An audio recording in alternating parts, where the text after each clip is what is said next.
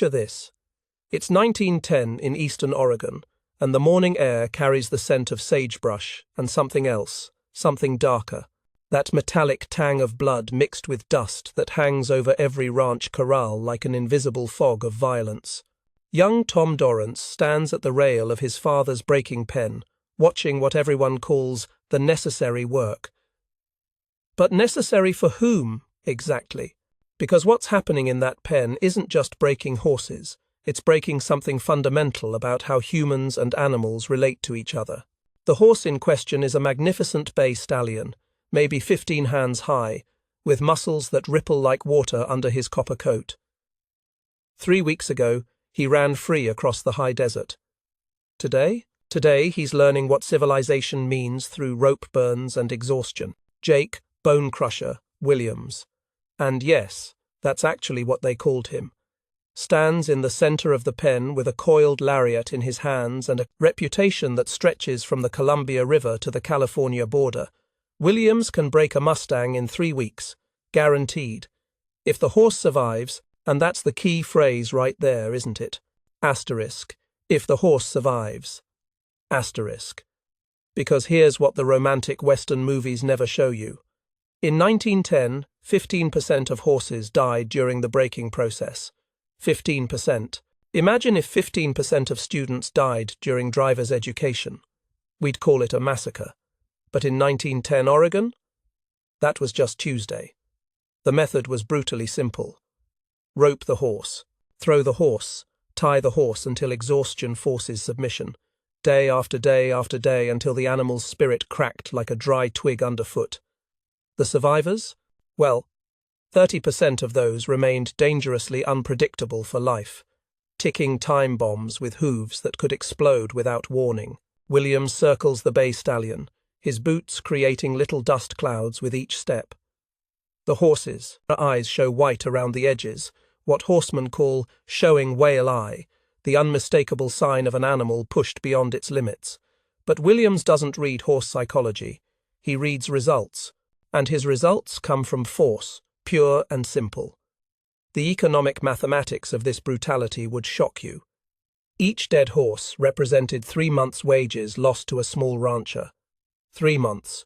Think about losing 3 months of your salary because of a work method everyone insisted was the only way to get the job done. Each injured cowboy, EIP, and Williams had sent plenty to the doctor, meant medical bills that could bankrupt a family faster than a drought. Yet here's young Tom Dorrance, 16 years old, watching his father struggle with this magnificent bay stallion for 21 days. 21 days of rope and sweat and mounting frustration. And on day 21, something inside that beautiful animal simply gives up. The horse doesn't die dramatically. There's no Hollywood, a moment of rearing and falling. He just lies down in the dust of the corral, sides heaving, and never gets up again. His heart, pushed beyond endurance, simply stops. Tom's father, a decent man trying to make a living in an unforgiving land, stares at $800 of dead horseflesh and knows he's looking at financial ruin. That bay stallion wasn't just a horse. He was next winter's feed money, his daughter's school books, his wife's medicine. But young Tom Dorrance is looking at something else entirely. He's looking at waste. Senseless, brutal waste that everyone accepts because that's how it's always been done. Now, you might think this is where our story becomes a simple tale of good versus evil, enlightenment versus ignorance. But history is never that clean, is it? Because beneath this brutal surface, if you knew where to look, if you knew who to listen to, there were whispers of another way. On the neighboring ranch, an old vaquero named Miguel, Santos worked horses with his weathered hands and spoke in Spanish about his grandfather's methods from old California. "Gentle them, don't break them," he'd say to anyone who'd listen. But who listened to an aging Mexican cowboy in 1910 Oregon? Then there was Joseph Littlecrow, a Warm Springs tribal member who sometimes worked the seasonal roundups. Littlecrow would tell stories, to the few who'd hear them, about his people's way with horses, how they danced with wild Mustangs, earning trust through patience rather than dominance, how they understood that horses were partners, not prisoners, But these were just whispers, weren't they? Echoes of older ways in a world rushing toward mechanization and efficiency. Who had time for dancing with horses when there was money to be made and land to be claimed? Young Tom Dorrance heard these whispers, though. And more importantly, he remembered them. As he watched that magnificent bay stallion die in the dust of his father's corral, as he saw the devastation in his father's eyes, something fundamental shifted in Tom's understanding of what was possible. Because sometimes, just sometimes, it takes witnessing absolute brutality to recognize absolute truth. And the truth was sitting right there in the corral dust, as clear as the Oregon sky. There had to be a better way.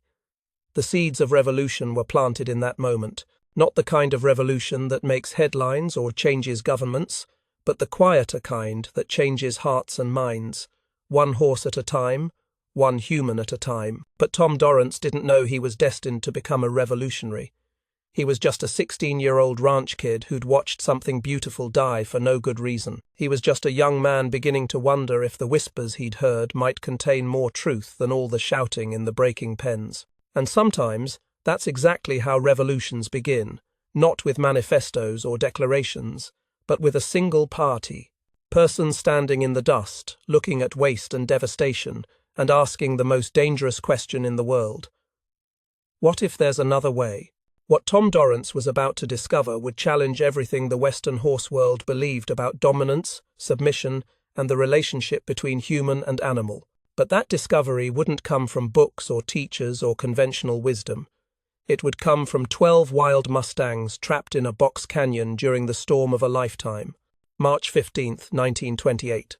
Mark that date, because it's the night everything changed. Not just for Tom Dorrance, but for the entire relationship between humans and horses in the American West. Picture 18-year-old Tom, now lean and weathered from 8 years of ranch work, following deer tracks through the rugged country east of the Cascade Mountains. He's part of a hunting party, Rainbow Blay. 3 cowboys trying to put meat on the table during lean times. But spring storms in Oregon, high country, don't respect human plans, do they? The sky turns that particular shade of green-black that every outdoorsman learns to fear. The kind of sky that says, find shelter now, or regret it for the rest of your very short life. Tom's hunting companions are miles away when the storm hits. And I mean times hits asterisk, like nature decided to throw everything it had at this one canyon. Lightning that turns night into day, thunder that shakes the ground, rain that falls not in drops but in sheets, as if someone overturned the Pacific Ocean. Tom scrambles for the only shelter he can find, a box canyon called Skull Canyon, and yes, that name should tell you something about the place. It's a dead end, maybe 200 yards deep, with walls that rise straight up for 60 feet on 3 sides. In good weather, it's a peaceful spot. In a storm like this, it's a trap. But here's where the story gets interesting. Because as Tom slides down into that canyon, seeking refuge from the tempest, he discovers he's not alone. 12 wild Mustangs stand pressed against the far wall of the canyon, their coats steaming in the cold rain. 12 horses who've also decided that Skull Canyon beats getting struck by lightning on the open range. Now, think about this moment. Traditional wisdom says wild horses and humans don't mix. Traditional wisdom says Mustangs will panic, charge, trample anything in their path when cornered. Traditional wisdom says Tom Dorrance should be terrified. But traditional wisdom was about to take a beating that night.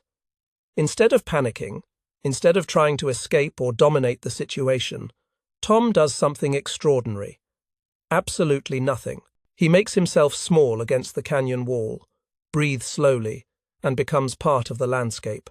For the first time in his life, he's not trying to control horses, he's simply sharing space with them. And that's when the education begins. Through the long night, with lightning illuminating the scene in stark, black and white snapshots, Tom witnesses something no bronc-buster had ever bothered to see. Horses governing themselves, not through force, not through violence, but through a language as complex and subtle as any human communication. The lead mare, a grizzled palomino with scars that tell stories of decades in the wild, maintains order through gestures so slight you'd miss them if you blinked. A young stallion gets too close to the water source. She turns her hip just slightly, and he immediately backs away. No drama, no fight. Just clear communication and instant understanding. Tom later names this mare Wisdom, and the name fits perfectly, because watching her work is like attending a masterclass in leadership. She doesn't rule through fear, she guides through presence. When a younger horse crowds the food, Wisdom lifts her head in a particular way, and the youngster immediately gives space. When two geldings start to scuffle, she positions herself between them with such authority that they separate without her ever moving aggressively. This is horse psychology in action, and Tom is getting a front-row seat to the greatest show on earth. But here's the truly revolutionary part. Tom starts to realize that these horses aren't just communicating with each other, they're reading him too. When he shifts his weight, they notice. When his breathing changes, they respond. When he accidentally makes eye contact too directly, they react to that specific pressure. It's like discovering that you've been living next to a foreign country your entire life, without realizing the inhabitants had their own language, their own culture, their own sophisticated ways of being. As dawn breaks over the Cascade foothills, painting the canyon walls gold and red, Tom decides to test his observations. Instead of approaching the horses like a human trying to catch an animal, he tries to approach them like another horse might. He turns his shoulders away, reducing his predatory appearance. He softens his posture, making himself less threatening. He advances and retreats in the rhythm he's observed the horses using with each other. Advance with purpose, but not aggression. Retreat when pressure builds. Advance again when invitation appears. And something magical happens. Wisdom, this ancient mare who spent her entire life avoiding humans, allows Tom to come within touching distance. Not because he's dominated her, not because he's trapped her, but because he's spoken to her in her own language. When Tom's fingertips finally touch her neck, time, gently, respectfully, like one horse grooming another, it's not just physical contact, it's a conversation. It's proof that humans and horses can communicate across the species barrier if humans are willing to learn the language. 4 hours. That's how long it took Tom to touch a completely wild horse using nothing but observation, patience, and respect. 4 hours to accomplish what traditional methods attempted through days of violence and often failed to achieve at all. But the real test comes when Tom returns to his father's ranch, his mind buzzing with possibilities. Because waiting for him in the corral is Devil's Dance. Devil's Dance is a black stallion with a reputation that stretches across 3 counties. He's hospitalized 7 bronc-busters, broken 2 men's ribs, crushed another man's leg so badly he walked with a limp for life. Devil's Dance is the horse that professional horsebreakers point to when they want to prove that some animals can only be controlled through overwhelming force. Tom enters Devil's Dance's pen carrying nothing but his new understanding. No ropes, no whips, no helper with a club ready to knock the horse unconscious if things go wrong. The ranch hands gather at the rails like spectators at a gladiator match. They're expecting blood. They're expecting another hospitalization. What they get instead is something none of them have words for. Tom applies what he learned in Skull Canyon. He reads Devil's Dance's body language like a book. When the stallion pins his ears and shows aggression, Tom doesn't challenge that aggression. He acknowledges it and gives space. When Devil's Dance's posture softens slightly, Tom mirrors that softness and takes a small step forward. Hour after hour, they dance this dance of approach and retreat, pressure and release, conversation and response. The ranch hands start calling Tom Horse Whisperer and Mustang Mystic, nicknames meant to mock, but which actually capture something true about what's happening. By the 2nd day, Devil's Dance accepts a saddle. By the 3rd day, he carries a rider. The impossible has become routine. News of this miracle spreads like wildfire across the ranching community. Some dismiss it as luck, others call it witchcraft, but a few, a precious few, begin to wonder if Tom Dorrance has discovered something that could change everything. Because if a young cowboy can gentle the most notorious outlaw horse in 3 counties using nothing but patience and understanding, what else might be possible? What other assumptions about dominance and submission might need to be reconsidered? The old ways are about to face their greatest challenge. But that challenge won't come from theory or philosophy. It's going to come from a very public, very dramatic showdown at the most famous rodeo in the American West. And the man issuing that challenge has enough money and influence to destroy Tom Dorrance's reputation forever. If Tom can't prove that his horse whispering is more than just lucky timing with one difficult 5. Stallion. September 3rd, 1930. The date when the Old West and the New West would face off in the most dramatic horse-breaking contest in American history, and at the center of it all stands a 28-year-old cowboy who's about to either revolutionize an entire industry or be run out of Oregon forever. Theodore Roosevelt Hutchins, FTA, and yes, he insisted on using all 3 names, is the kind of man who owns half a county and thinks that gives him the right to own the other half too. Cattle baron, land speculator, and traditionalist to his very core, Hutchins sees Tom Dorrance's miracle methods as a direct threat to everything he believes about the natural order of things. This horse-whispering nonsense, Hutchins announces at the annual Cattlemen's Association meeting, is making us look like fools. Cowboys dancing around horses instead of breaking them? What's next? Asking the cattle politely to walk into the slaughter pen. The laughter around the table has an edge to it, because underneath Hutchins' bluster lies a very real fear.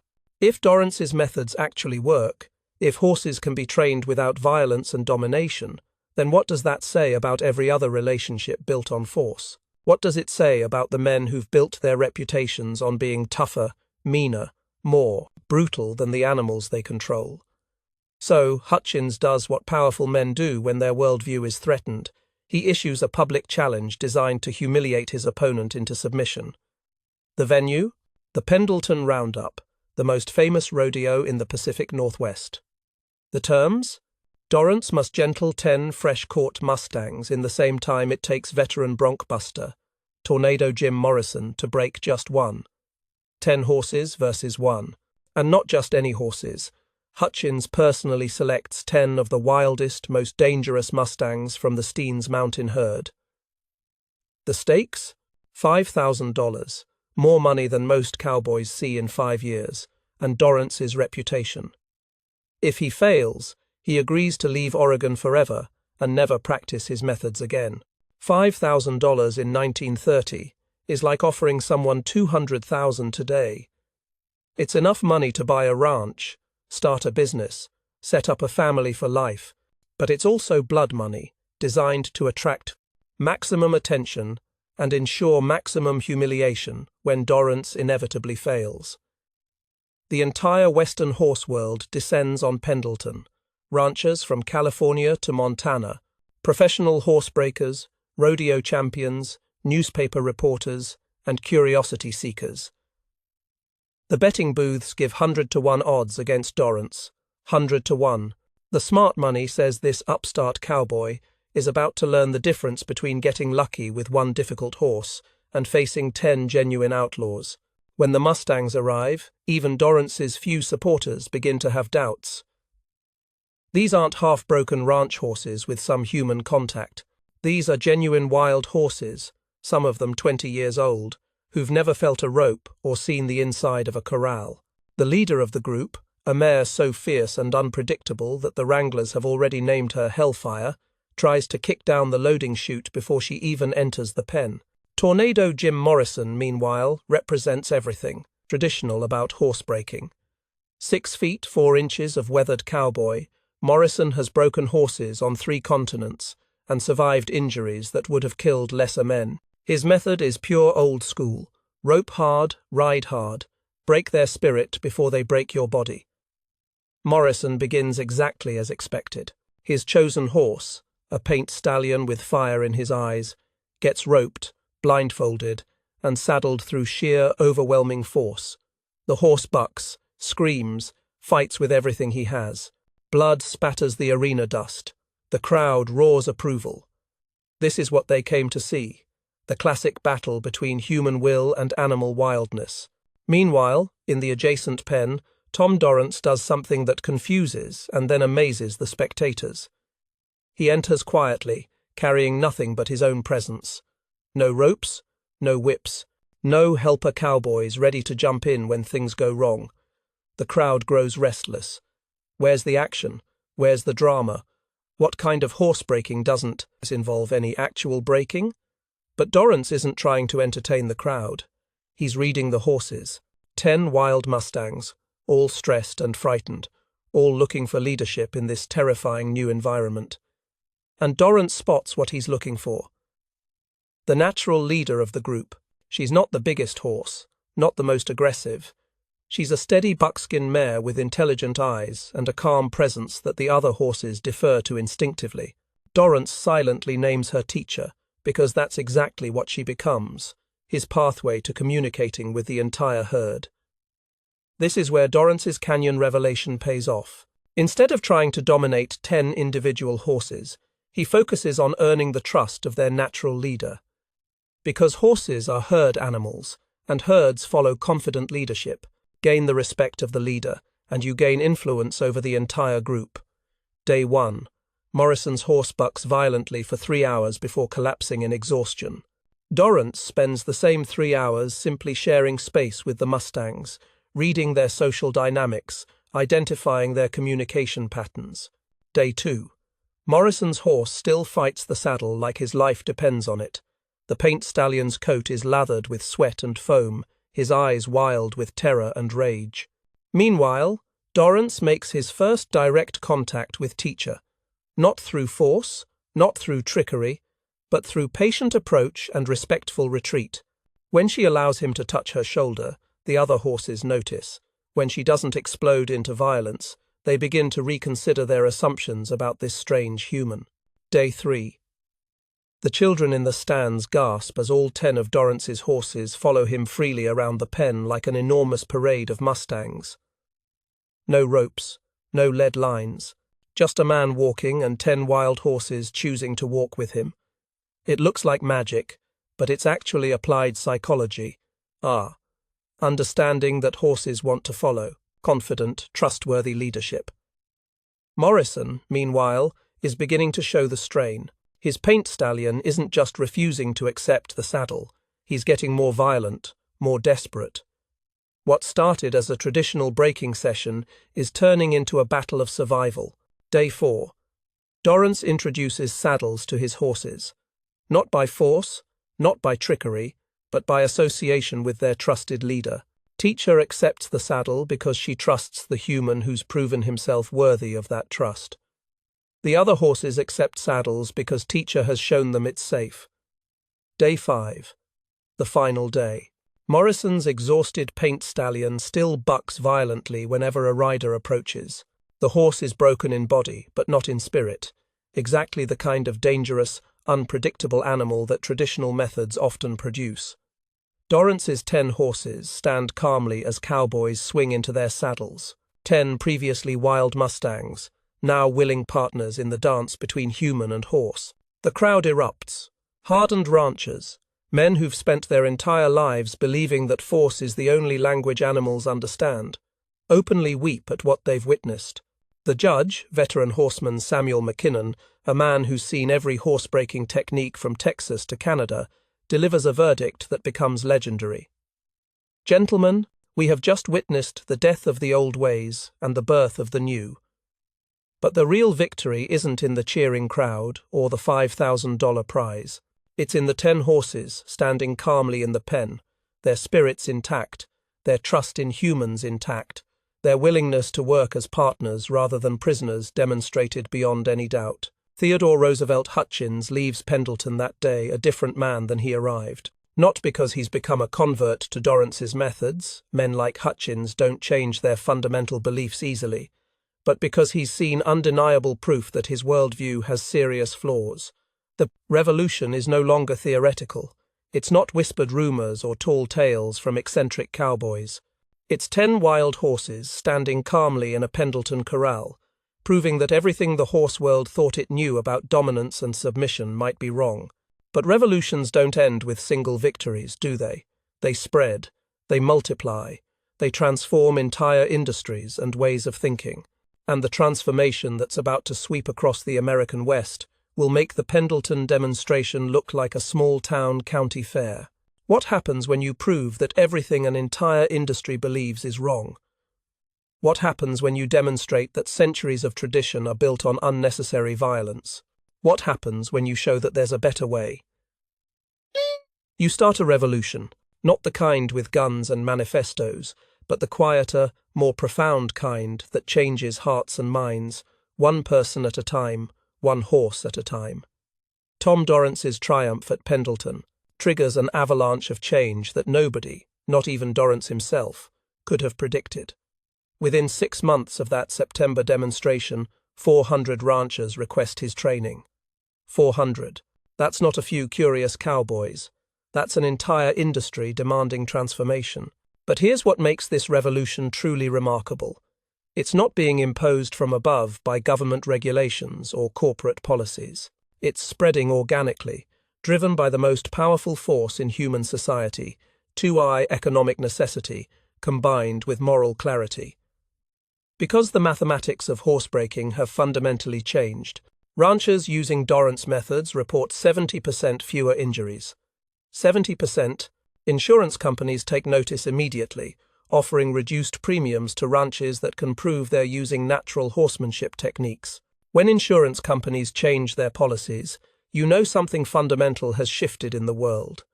The United States Cavalry, never an organization quick to embrace change, adopts modified versions of Dorrance's methods for training military mounts. Why? Because traditional breaking takes 8 weeks and produces unreliable results. Dorrance's techniques reduce training time to 2 weeks and produce horses that actually want to work with their riders. In the military, wanting to work with your horse isn't just convenient, it can be the difference between life and death in combat. But revolutions always face counter-revolutions, don't they?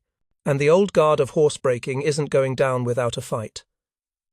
Jake Bonecrusher Williams, remember him from that first chapter, emerges as the leader of the resistance.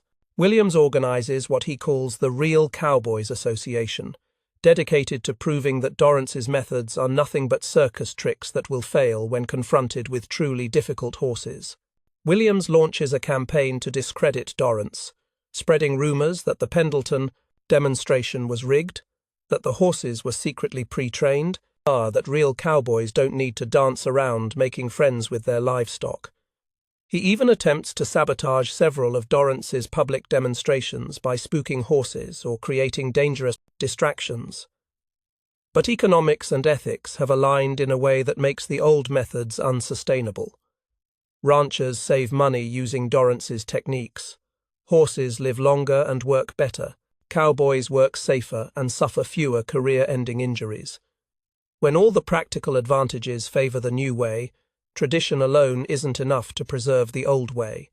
More importantly, the transformation extends far beyond the practical realm of ranch work, because something profound happens when you base a relationship on understanding rather than domination. It changes both participants. Therapeutic riding programs discover that horses trained with Dorrance methods have an almost miraculous ability to help autistic children communicate. These horses, taught to read human body language and respond to subtle cues, can sense emotional states that human therapists miss. Children who've never spoken begin to communicate through the patient, understanding presence of a horse who's never been broken, only gentled. Veterans returning from the world wars find peace working with Mustangs that have been gentled rather than broken. Men who've seen too much violence, who've been taught that dominance is the only way to survive, discover healing in relationships built on mutual respect and trust. There's something profound about a former soldier helping a wild horse learn to trust humans again, and finding his own capacity for trust restored in the process. Tom Dorrance establishes the first systematic approach to natural horsemanship, documenting his methods in detailed journals that become the foundation for an entirely new field of study. But the real genius of Dorrance's legacy lies in his students, AP2, particularly Ray Hunt and Buck Brannaman. Hunt takes Dorance's intuitive understanding and develops what becomes known as the feel, timing, and balance trinity, the three elements that must be mastered for true communication between human and horse. Hunt's systematic approach makes Dorance's methods teachable to cowboys who don't have Dorance's natural intuition. Buck Brannaman brings something else to the movement, the understanding that horse training and human healing are intimately connected. Brannaman, who suffered severe childhood abuse, finds his own path to recovery through horses. His work later inspires the film The Horse Whisperer, bringing natural horsemanship to mainstream America and demonstrating that the lessons learned in the round pen apply far beyond the world of horses. By 1950, natural horsemanship has become more than a training method. 1-5. It's become a philosophy that challenges fundamental assumptions about power, control, and relationship. The Bureau of Land Management begins using Dorance's methods exclusively for wild Mustang adoption programs, saving thousands of horses from slaughter and proving that even the wildest horses can become willing partners when approached with understanding rather than force. The transformation ripples outward in ways nobody anticipated. Dog training adopts similar principles of positive reinforcement and communication. Child psychology incorporates insights about leadership and trust that originated in horse corrals. Business management courses teach the Dorrance principles of leadership through presence rather than force. By Tom Dorance's death in 1999, natural horsemanship has become a $200 million industry. But the financial success, impressive as it is, represents only the surface of what's really changed. The brutal breaking pens of the Old West exist only in museums now, replaced by round pens where humans and horses engage in what can only be described as conversation. The sight of a person standing calmly in the center of a round pen while a horse learns to trust, to communicate, to choose partnership over submission, PASA, that's become the new normal. Walk into any modern stable, any riding school, any therapeutic center, and you'll see Tom Dorance's legacy in action. You'll see gentle hands instead of harsh ropes. You'll see patience instead of force. You'll see relationships built on mutual respect instead of dominance and submission. But perhaps the most profound change is this. We've learned that the choice between violence and understanding isn't just about horses. It's about how we relate to anything or anyone that seems different, wild, or difficult to control. Tom Dorance's revolution proved that understanding is not only more humane than force, entité, it's also more effective. Every time someone chooses patience over pressure, understanding over domination, communication over coercion, they're following the path that Tom Dorrance carved out of the brutal dust of 1910 Oregon.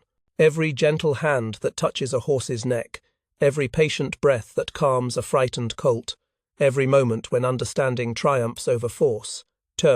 That's Tom Dorance's true legacy. The boy who watched a magnificent bay stallion die from exhaustion and brutality grew up to prove that there was indeed another way. Not just for horses, but for all of us trying to build relationships across the vast spaces that separate one conscious being from another. In the end, Tom Dorance's revolution wasn't about horses at all. It was about the possibility of connection without conquest, partnership without dominance, strength without violence. It was about discovering that the gentlest touch can be more powerful than the heaviest hand. And in a world that still struggles with questions of power and control, of force and understanding, Tom Dorance's legacy continues to whisper the same message he learned in that box canyon during a storm in 1928. There is always another way. You just have to be still enough, patient enough, humble enough to listen.